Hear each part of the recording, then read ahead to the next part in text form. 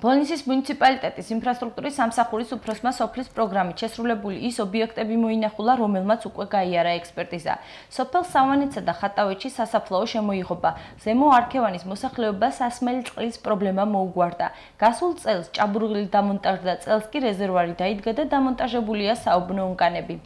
Спасибо вам, хорошо делали, хорошо кран делали. Мы всем вам благодарю, что это делали.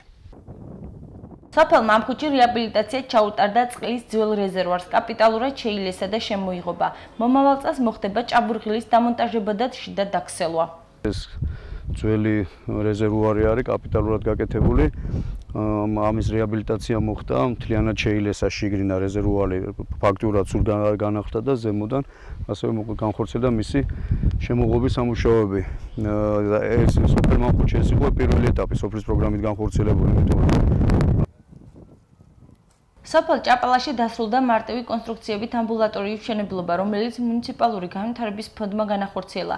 ადგილობრივი ბიუჯეტიდან კი მოხდა წყლის კანალიზაციის სისტემის დაერთება და ელექტროენერგიის სისტემის დამონტაჟება. მოეწყო გარე პერიმეტრი. ბოლნისის მუნიციპალიტეტში სოფლის პროგრამის ფარგლებში სულ 53 ობიექტზე განხორციელდა სამუშაოები. 5-მა ექსპერტიზა უკვე გაიარა, 23 ექსპერტიზაზეა გაგზავნილი, დანარჩენზე კი სამუშაოები მიმდინარეობს და აგვისტოს ბოლოსთვის დასრულდება.